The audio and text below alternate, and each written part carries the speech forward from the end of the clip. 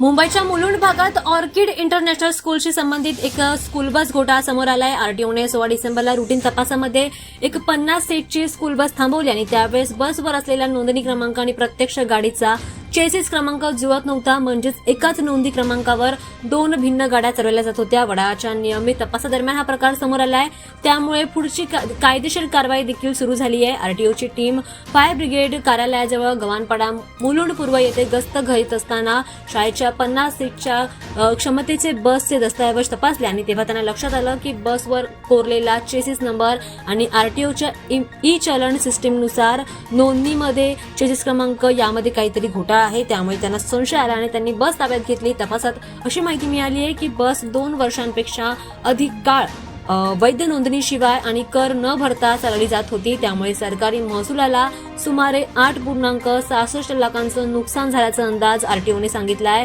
या प्रकरणी आता नवघर पोलीस ठाण्यामध्ये एफआयआर देखील नोंद करण्यात आली आहे। ऑर्किड इंटरनॅशनल स्कूल व्यवस्थापन आणि संबंधित डीलर कंपनी आणि बस चालक आणि सोबतच संबंधित काही व्यक्तींवर गुन्हा दाखल करण्यात आला। या प्रकारामुळे विद्यार्थ्यांच्या सुरक्षिततेवर गंभीर प्रश्नचिन्ह देखील निर्माण झालंय। बसच्या नोंदीतील मोठ्या तफावतीमुळे पालकांनी शाळेच्या वाहतुकीच्या नियमांची स्वतःही चौकशी करण्याची मागणी आरटीओने केली आहे।